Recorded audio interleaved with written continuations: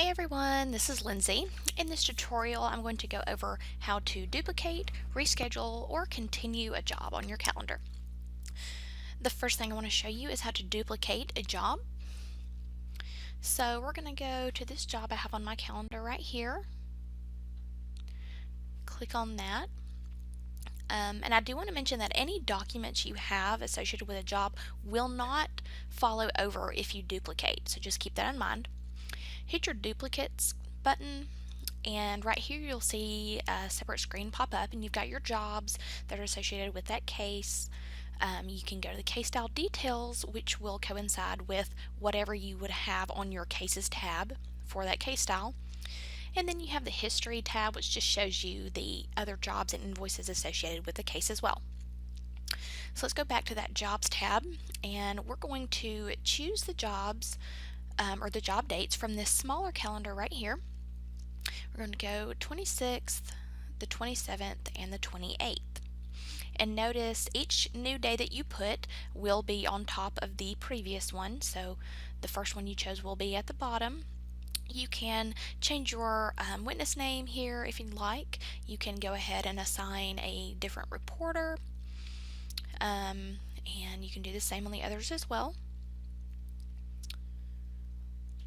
After you get this information changed, you can now change your times for the jobs. They may not all take place at the same time each day.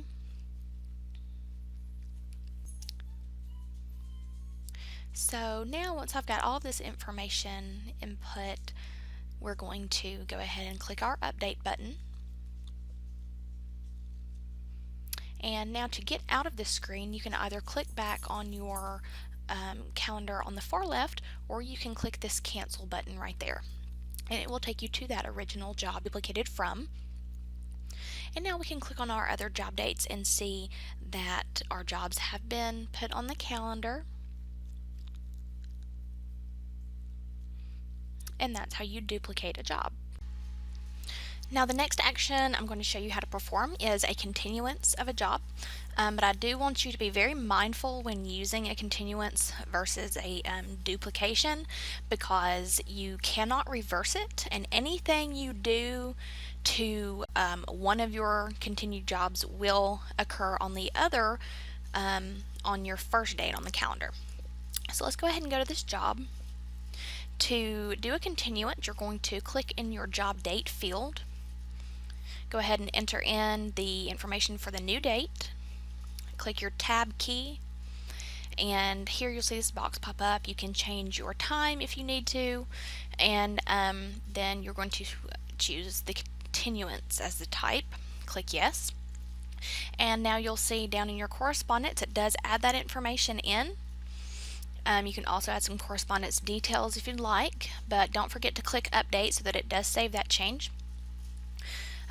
So now I just want to show you, you can see in your date field it shows as the 27th, which is the new date, and the job number has actually remained the same as it did on our original job number on the 26th.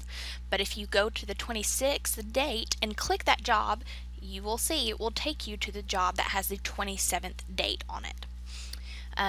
One other thing is that you cannot assign a different resource to the continuance.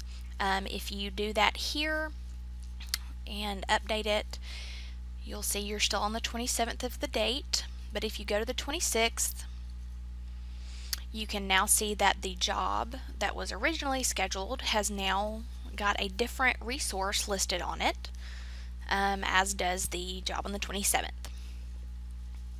And let's say, for instance, you've done a continuance by mistake. If you click on it and try to delete it, you'll see when you click delete that it does pop up the job number.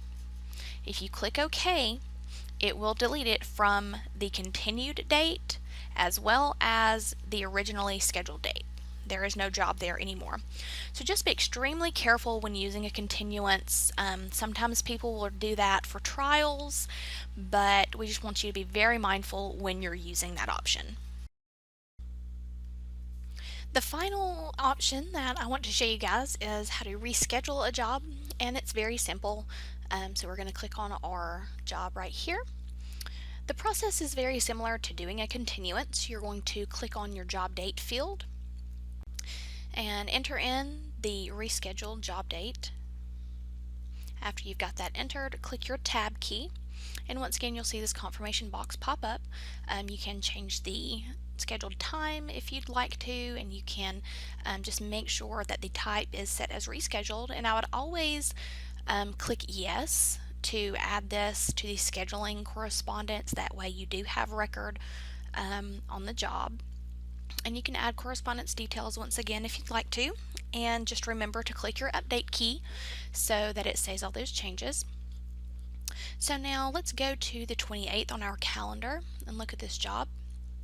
Right here you'll see that it says rescheduled from 4/27/2017, and we can also go to the original job date on the 27th, and you'll see that the job now appears kind of in a light tan color, and in red it shows that it was rescheduled to the 28th. So there you guys have it. If you have any further questions, don't forget that we have written instructions and pictures on our help tab, and you can always feel free to give us a call on our customer support line.